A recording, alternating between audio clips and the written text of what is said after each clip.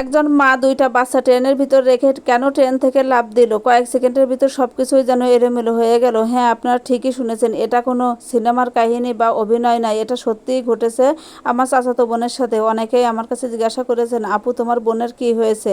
আমার বোনের সাথে কি হয়েছে আজকে আপনাদের সম্পূর্ণ ঘটনা খুলে বলবো, ভিডিওর সাথেই থাকেন। আসসালামু আলাইকুম বন্ধুরা, সবাই কেমন আছেন? আশা করি সবাই ভালো আছেন। আমি গতকালকে যে পোস্ট করেছিলাম সেই পোস্টে আমাকে অনেকেই জানতে চেয়েছেন যে আপু তোমার বোনের কি হয়েছে, কেন হসপিটালে আছে। যদিও বা আমি একটা পোস্টে সম্পূর্ণ বিস্তারিত লিখে দিছি, তারপরও অনেকেই জানেন না। তো তারা ভিডিওটি দেখেন, জানতে পারবেন যে আসলে আমার বোনের সাথে কত মর্মান্তিক একটা ঘটনা ঘটে গেছে।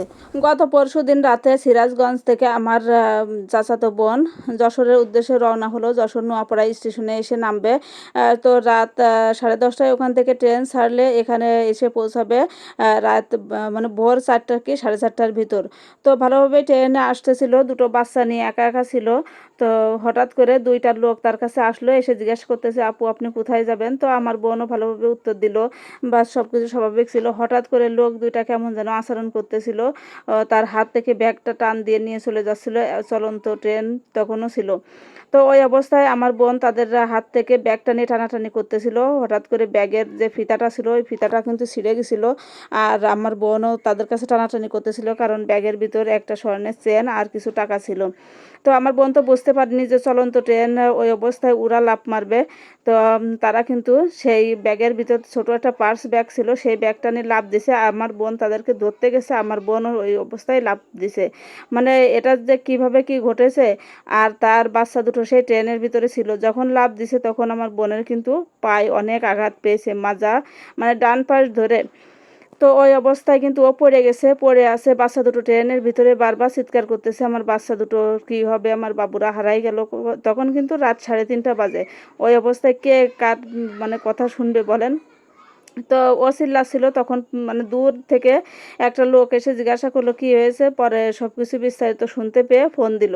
ওদিকে বাচ্চা দুটো যে ট্রেনের ভিতর আছে, বড় ছেলেটার হাতে একটা ফোন ছিল, সেই ফোনে বাড়ি থেকে কল দিছে আমার চাচাতো ভাই যে কত দূর পর্যন্ত এসেছে, স্টেশনে এসে নামেছে কিনা।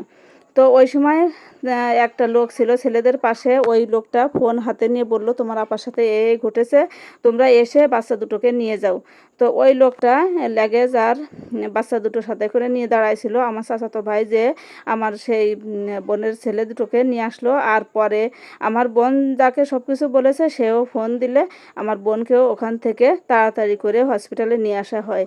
তো বলেন এখানে মানুষ কিভাবে নিরাপদ থাকবে, কিভাবে রাস্তায় উঠবে? আমরা যে মহিলারা একটু রাস্তায় ছেলে মেয়েকে নিয়ে বের হব, তারও কিন্তু কোনো নিরাপত্তা আমাদের নেই। আপনারাই বলেন, একটা মানে মা দুইটা বাচ্চা ট্রেনের ভিতর রেখে কিভাবে ট্রেন থেকে লাফ দিল, আর কিভাবে কি ঘটে গেল। এখন কিন্তু তার পার যে হাড়টা ছিল এই হাড়টা ভেঙে গেছে, অপারেশন করা হবে। সবাই দোয়া করবেন আমার বোনের জন্য, ও যেন তাড়াতাড়ি সুস্থ হয়ে যায়।